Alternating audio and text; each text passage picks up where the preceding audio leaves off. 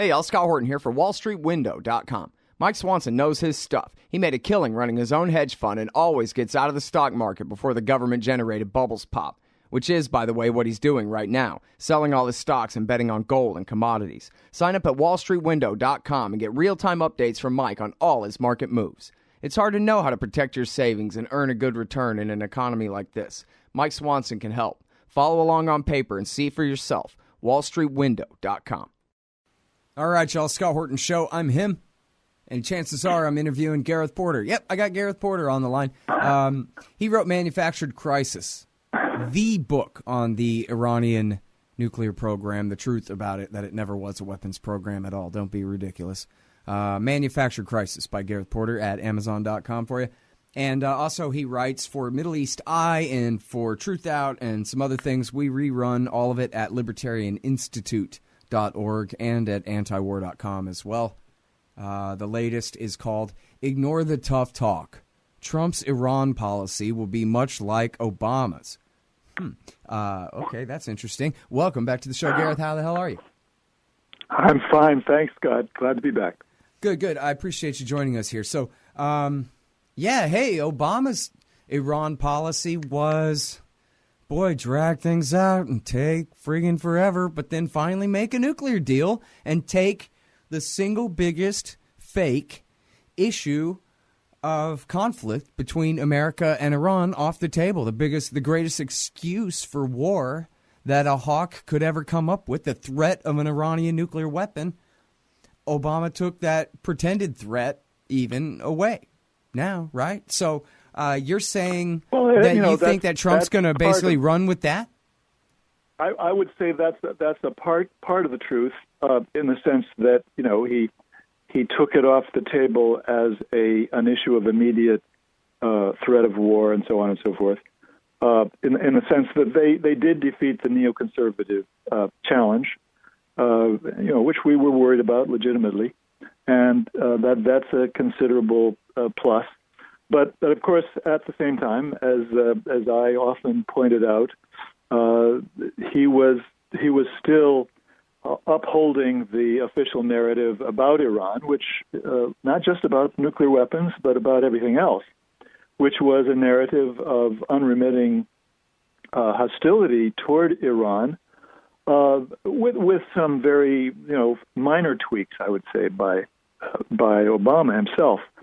But the permanent war state bureaucracy of the United States is so steeped in that unremitting hostility toward Iran that it very much shaped the Obama administration's overall policy. Mm-hmm. And that's really the underlying point that I'm making, along with the fact that the continued the existence of the same bureaucracies and in many cases the same bureaucrats in the Trump administration that we had with the Obama administration means that the differences between the two are not going to be as stark and dramatic as many people, I would say, expected. In other words, it's the headline that's off here. Ignore the tough talk could be steel yourselves. Trump's Iran policy will be much like Obama's. Yeah, that's right. Exactly. I mean, it's not to say that this is going to be an enlightened policy.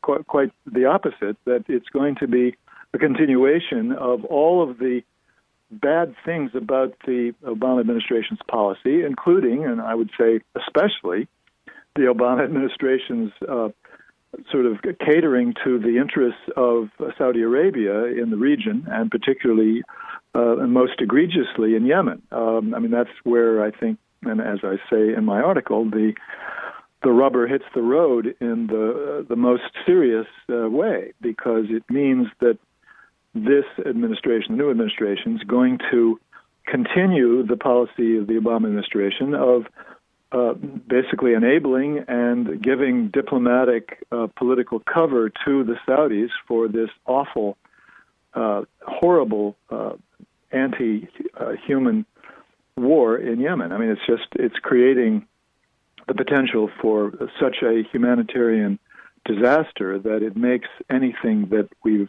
talked about in Syria, in East Aleppo, and so forth, seem like child's play.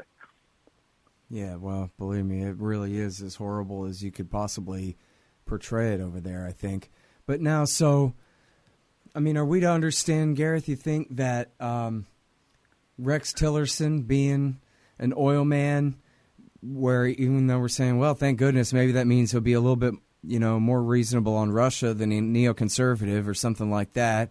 Maybe he'll even be a little bit better on Palestine, like James Baker. But then that means that he just absolutely is a Ramco on all issues Saudi Arabia. If they want Yemeni blood, let them have it. I don't know that Tillerson would necessarily be a sort of more pro-Saudi than other people in the administration. I tend to think that he probably would not have the same degree of commitment personally to the idea that we must give total fealty to the Saudi interests in the region and support whatever they're doing there. I would suspect, that he would be less enthusiastic or less, shall we say, less extreme on that score than, the military and intelligence bureaucracies. After all, those are the ones who have the vested interests in their close ties with the Saudis. And, that I've always argued that's what really drives U.S. policy in the region primarily. That's the big ticket item, that the big ship that can't be turned around very easily, if at all. That's really our biggest problem. Well, so speaking of the war in Yemen here, the goals are basically first and foremost to reinstall Hadi on the throne in Sana'a, and now we're 2 years in, and that's not going to happen. And those goals cannot be achieved. And so what are we doing at this point? It does certainly appear that the Saudis have not succeeded clearly in accomplishing that. And what they have accomplished, as I said a few moments ago, is to create this really terrible human disaster, which could very well, in the coming weeks, not just 3 or 4 or 5 months from now, but just very few weeks from now, any time, could create a huge story about hundreds of thousands of Yemenis dying of starvation. That's just how serious this is. And what the implications of that are for the political diplomatic situation, I really don't have a clear notion about. This starvation that we're talking about is, of course, the result of a very deliberate Saudi policy. And this has not really been well understood at all up to now. But, the military side of the war has been a failure, an utter failure on the part of the Saudis and their coalition. But what they have done in light or in terms of trying to get around the fact that it was a military failure, has been a military failure, is that they have used the weapon of essentially starvation and disease that goes with malnutrition as an alternative route to trying to achieve what they have failed to do militarily. And they've done that, of course, by preventing food, fuel, and medicine from getting into the country, by their naval blockade, by bombing the main port at Hodeidah, the main port through which international shipping had previously been bringing those items into Yemen. And basically, and then finally, what they've done is to take the central bank completely out of the zone, of the Houthi-controlled zone of Yemen, so that there is no system for currency use in that part, in the largest part of Yemen. The central bank has been completely relocated to Aden and the Saudi controlled part of Yemen. So that has added enormously to the danger, because people can't really spend the money they have, or they can't get cash at all to spend on food and on medicine, what little there is left. So this is why there's such a disaster in the making, and this is a real big story that hasn't really been told yet. Yeah. All right, now, so in terms of overall diplomatic support in the United Nations and elsewhere, arms, mid-air refueling, intelligence support, naval support, the rest, to what degree, how do you assign the level of responsibility of the American state for this war? It sure seems to me that the Saudis would like to have this war, but they can only have this war because America is holding their hand the whole time. Well, this is elementary logic. I mean, this is a yes/no proposition. The United States can flip a switch in a political sense and refuse the mid-air refueling, in which case that the Saudis can't continue the air war as they have. I mean, that doesn't mean they couldn't do anything, but they would only be able to reach part of Yemen, and it wouldn't be effective. So, I mean, I think it's fair to say, in effect, that the United States can end this war simply by making the decision that they will not support it anymore.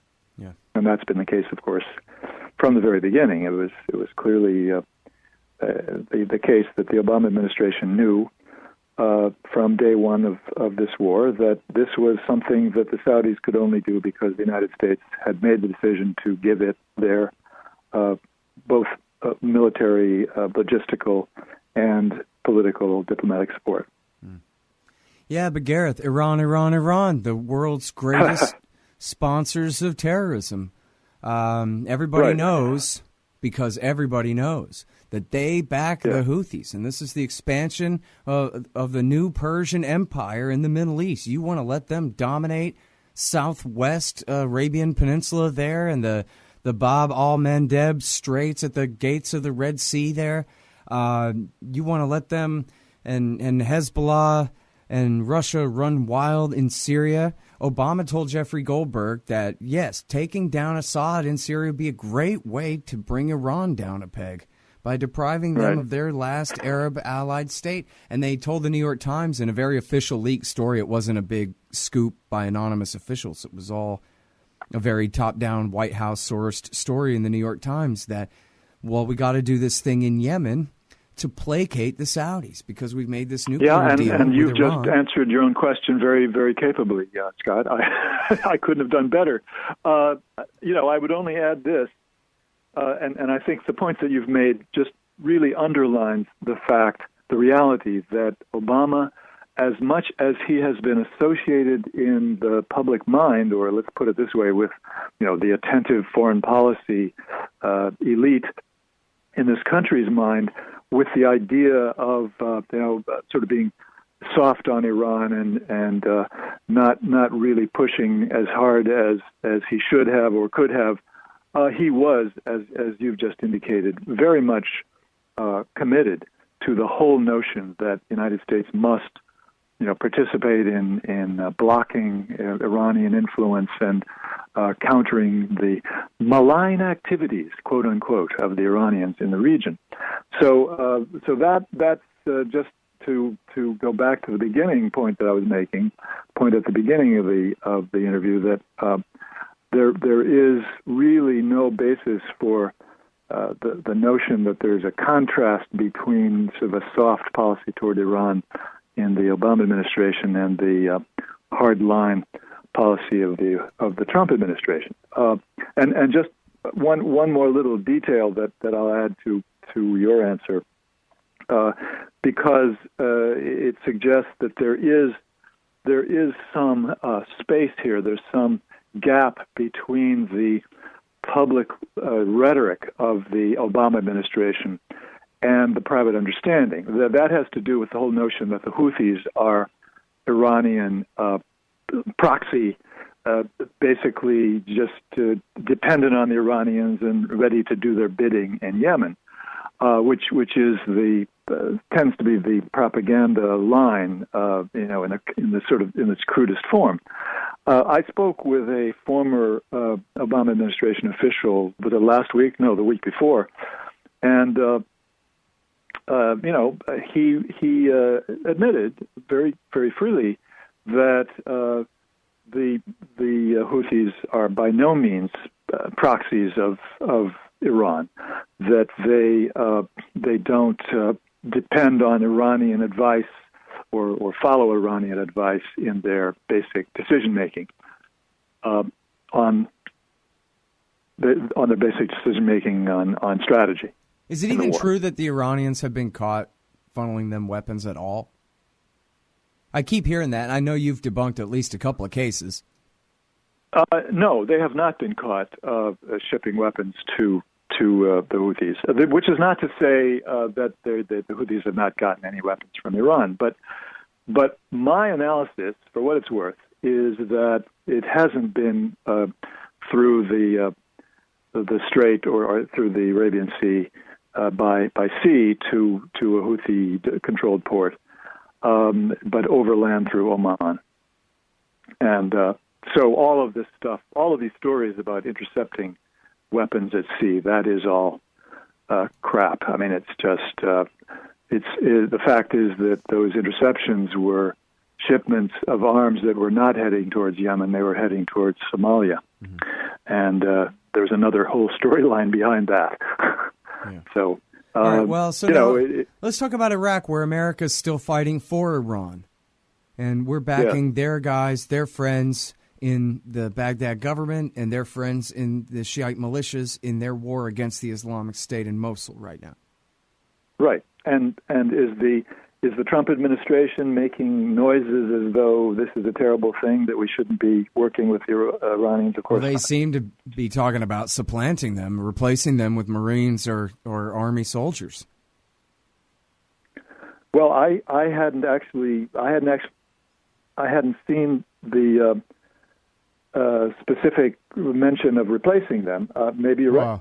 Yeah, no, I mean that's kind of my terminology for it, but they're saying the leaks are that Mattis has a new report coming to Trump, and that report is going to say that we need to put soldiers on the ground in Syria, and then I guess I'm presuming on the Eastern Front of the same war against the Islamic State there too.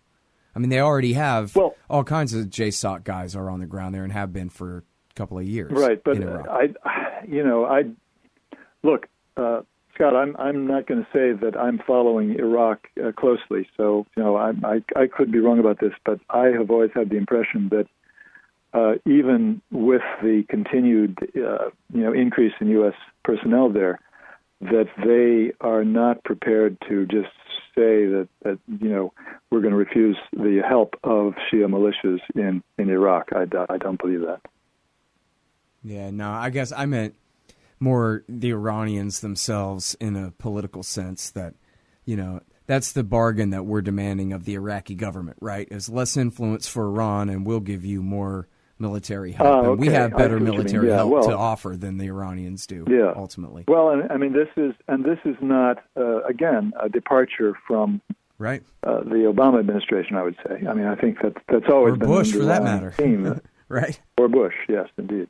Yeah. So now, what do you think about? I mean, there's a story yesterday. I don't know. Again, you said you're not following it that close, but you must have probably saw the headline where they're saying they're considering now a long-term commitment to Iraq, and they're recommending infantry, apparently, not just top-tier special forces, but at least Rangers and maybe just Army infantry to go and back up the so-called Syrian Democratic Forces, which is the Syrian Kurdish forces almost entirely, right? Fighting against the Islamic State in Syria.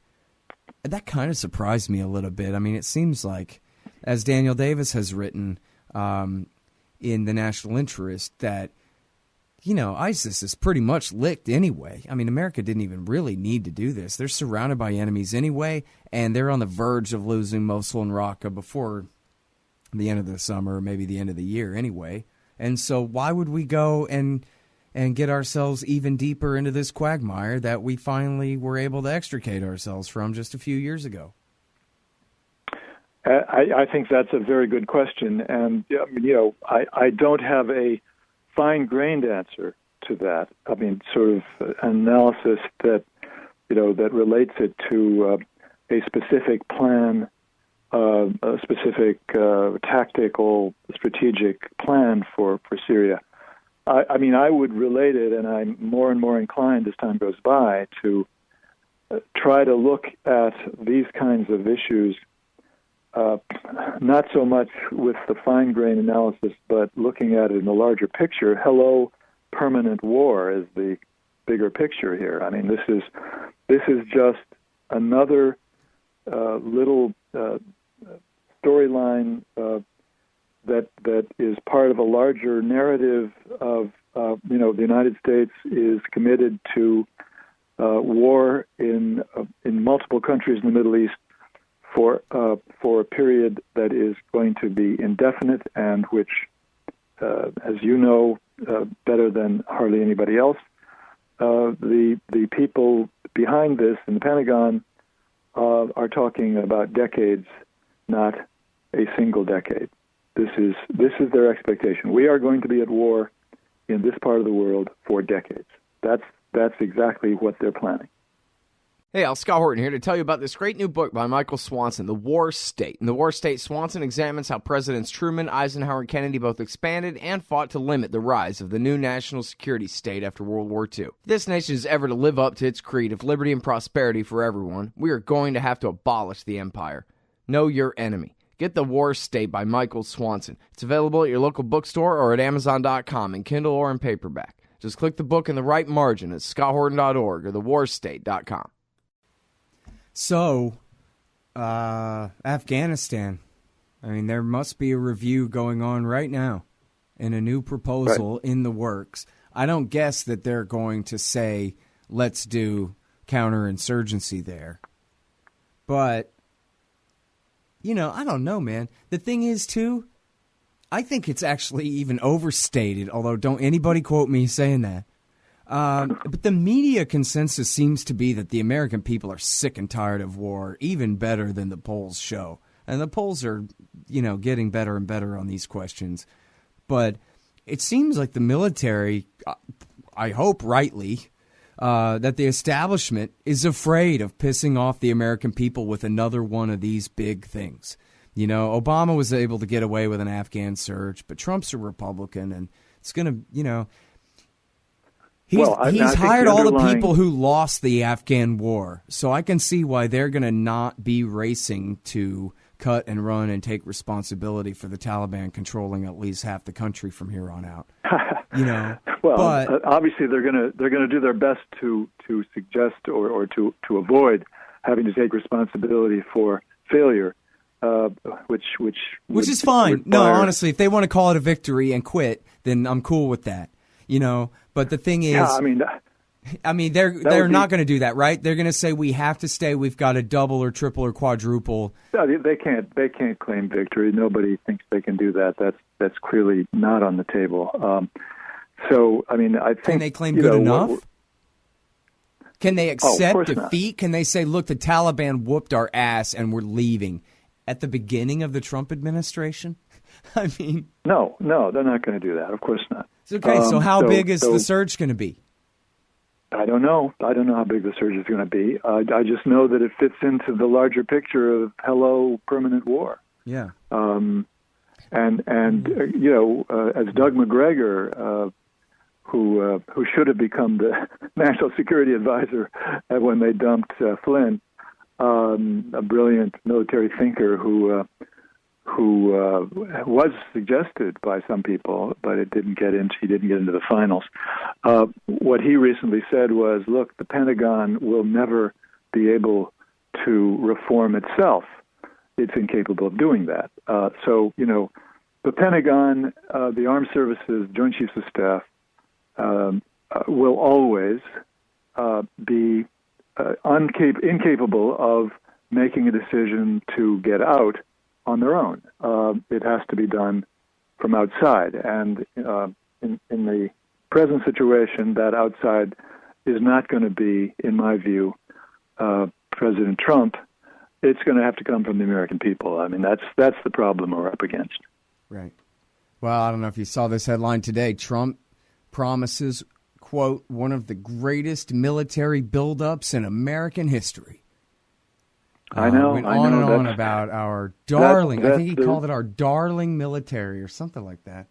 Our beloved military. Our beloved military. I don't know what to make of this. How seriously to take it. To what extent it represents a considered view that has been staffed at all.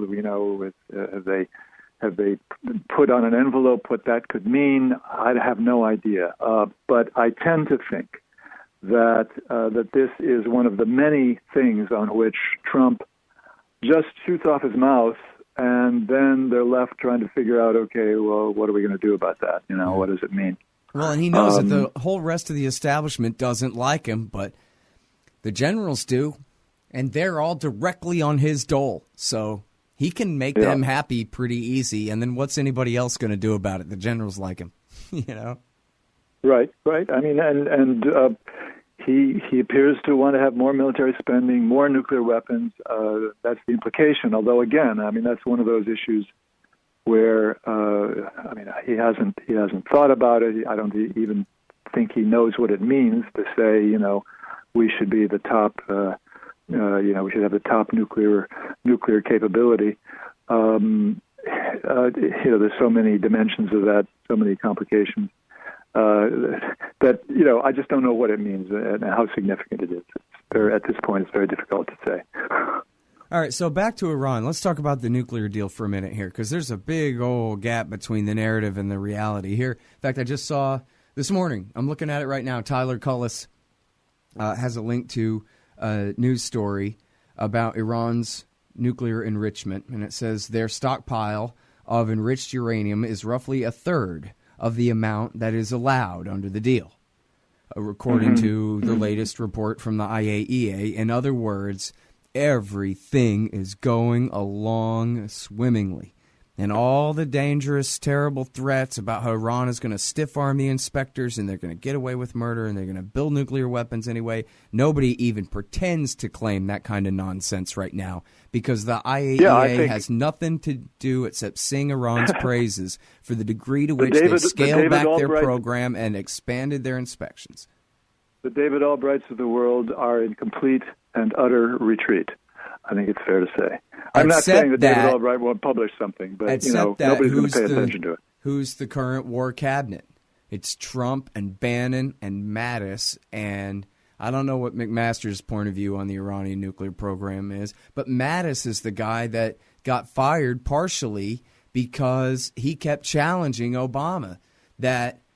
And I actually like the way this works, is everybody goes, Mattis is a brave truth teller, because he kept saying to Obama, and then what? And then what? Which sounds out of context like he's warning, if we got into a conflict with Iran, then what? Then what?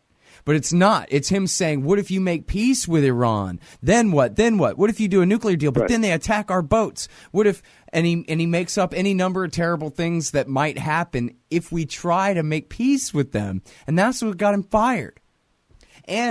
And we also know that the president doesn't know the first thing about this nuclear deal, and I'm not confident that any single person on his staff can tell him the truth. That, like, hey, you know how there's the comic book nuclear deal like in your political talks, Mr. President, but here's the facts of the matter and why it's a good deal and why we want to keep it. Is there a single person on his staff who has that point of view? But Scott, that's not really an acute problem at this point. I mean, the administration has already decided they're going to go with this agreement. They're going to stick with it. They're not going to try to change it. That's not the problem we face. I think the problem we face with Trump administration on Iran is going to be that he will feel the necessity to do something to follow up on this we put you on notice business. And, they hadn't figured out what they were going to do when they uttered those words, when both Flynn and then Trump himself said, we've put the Iranians on notice. They had yet to staff it out. Okay, what are our options here? It was just rhetorical, which is, that's my sense of the way the Trump administration has made foreign policy to a great extent thus far. But they have accepted the deal, but they also have not accepted the idea that Iran has the right to have a ballistic missile program. And what are they going to do about it? I mean, there's nothing that they can do, in terms of sanctions that they haven't already done. They've already said we're going to sanction people for contributing to the ballistic missile program or having some tie-in with it.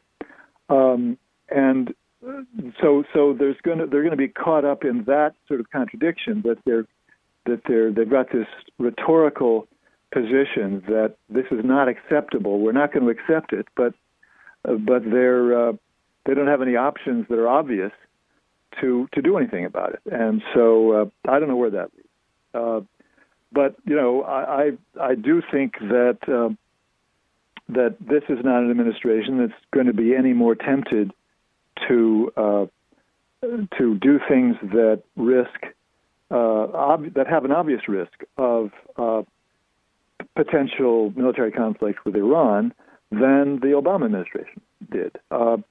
Because, again, the permanent government, the permanent war state, is still there, still intact. The same historical memory, the same understanding of the strategic situation exists there.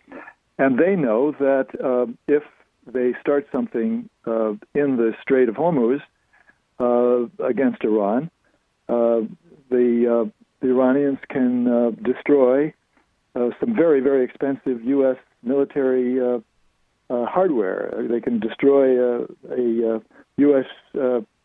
ship that has a lot of airplanes on it, and so on and so forth. So, this is no longer an era where the United States can make war with impunity on Iran, and that's the underlying reality that's not changed since the Iranians acquired the anti-ship missiles that the U.S. have to take very seriously.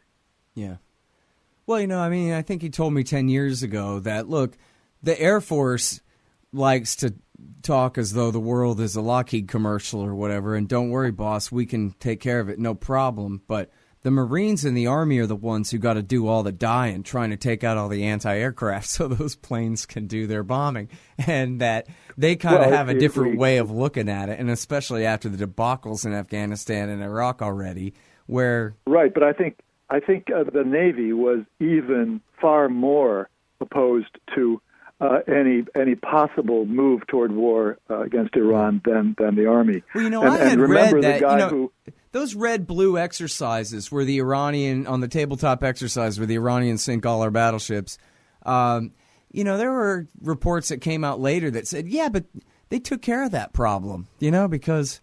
the anti-ship missiles, you mean? Yeah, like they did later Redblue exercises where things worked out, and they just, I guess, used their Gatling guns and their Aegis radars and whatever, and it was okay. And yes, they learned their lessons from those Red Team things, and that now they're not worried about it anymore. I wasn't aware that there was a result that had any credibility that showed the U.S. came out very well in one of those things. It's been quite a few years since I read about this, but I'll see if I can find it and remember where it was that I read about this, where they were claiming that they had learned the lessons of that terrible Red Team exercise where they all got sunk.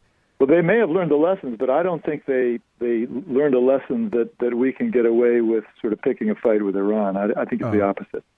I do. Well, I think that's what they were claiming, is that now they're not worried about it because they've got countermeasures to Iranian countermeasures, that kind of argument. But anyway, I'll find it for you. Well, this is a huge issue in the military sort of planning for the future, because they've made a great deal out of this, both on Iran and on China, that they have to acquire new hardware, new technology to precisely deal with this problem. Oh, and you know what it was? So that, it was that the big Achilles heel in the red team exercises were the swarming speedboats. And they said, well, we solved that problem with we just have a couple new machine gun emplacements and no speedboats. I think you're right about that, yes. Yeah, that's what I'm thinking of. I don't know that I know that they have, in theory, with their miniguns and their Aegis radar, they think that they can shoot down sea-skimming supersonic missiles, but that's a hell of a gamble with a machine gun and a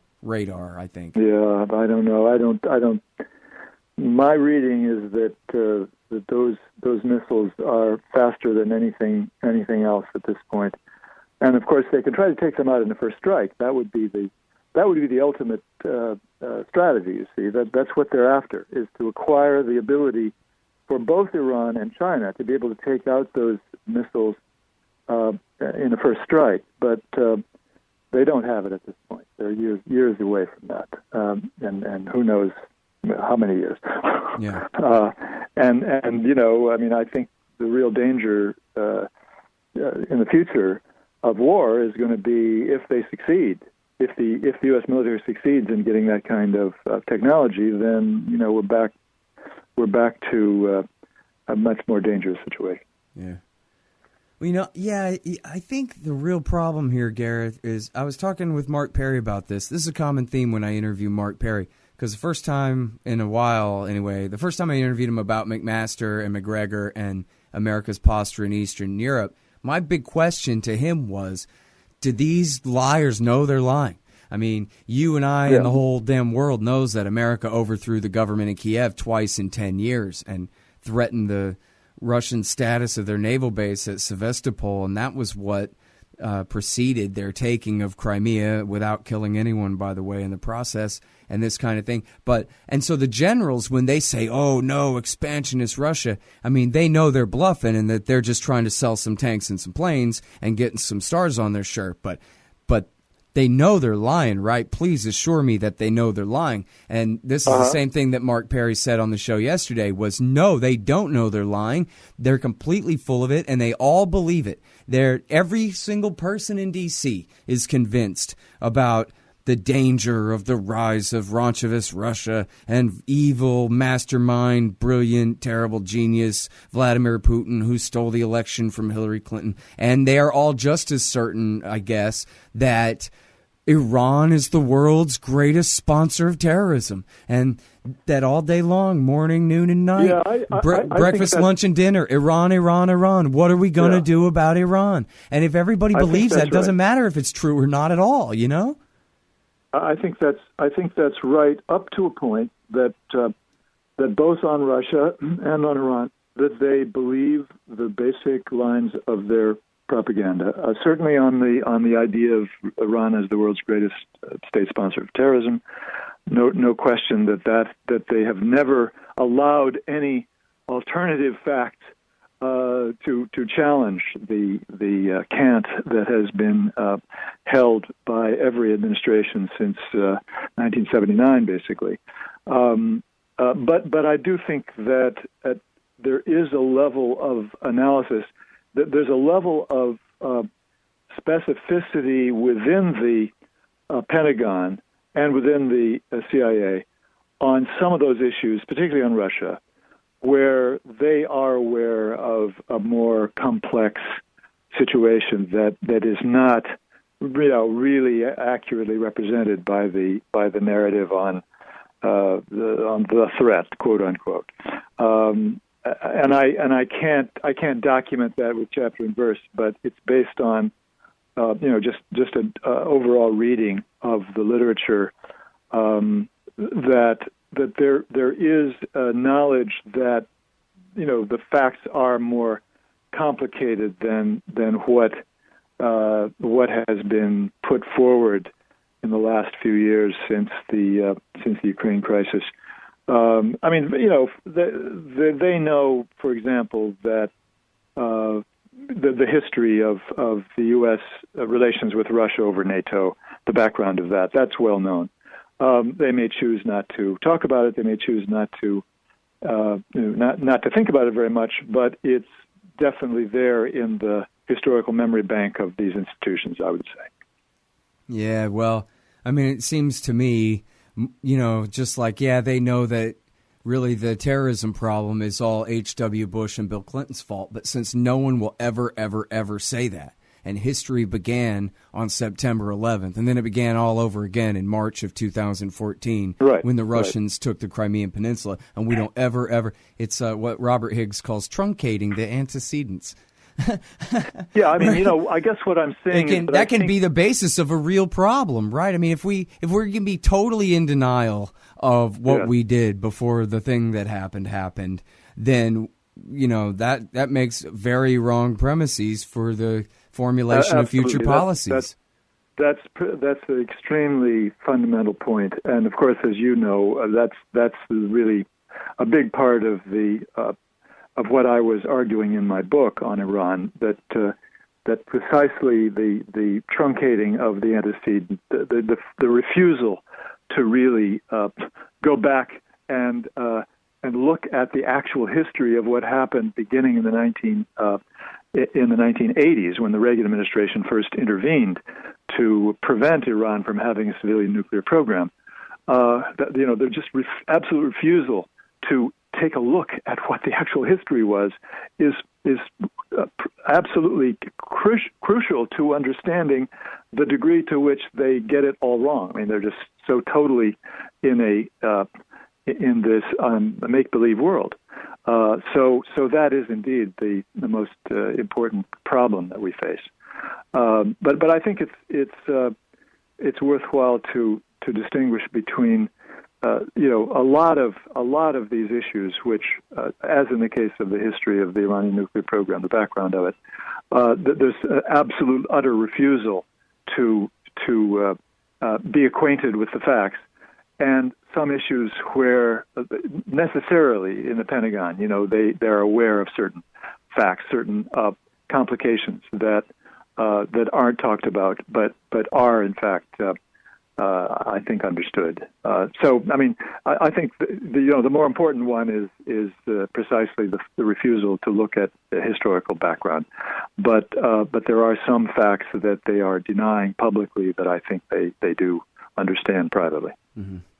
What a relief, Thank goodness that they're just lying and not really that stupid. We can all breathe easily, right? Yeah. I mean, I remember when I was a little kid being told that, the whole Cold War with the Soviet Union, don't worry, they're just selling weapons. There's not going to be nuclear war, man. The whole thing is a big bluff on both sides because war is the health of the people in power kind of a thing. And, hey, Able Archer still almost got everybody killed anyway, but I guess if I have to choose, I prefer that everybody in charge knows that they're lying their ass off versus really being so caught up in their own nonsense that they truly believe that they're being forced to defend themselves, because God knows what they would do, if they really thought that. Yeah. Man. Well, you've kept your focus on a very important problem of trying to figure out what these people actually believe, and that puzzle will remain with us until we finally wrap this problem up. Right? Yeah, exactly. Stupidity or the plan, or more apt, whose stupid plan? Why do they think that this is the thing to do? All right. Anyway, listen, man, I love it when you do journalism. Thank you very much for coming on the show again. Thank you, as always, Scott. Great to be back, and I look forward to talking to you again. Good deal.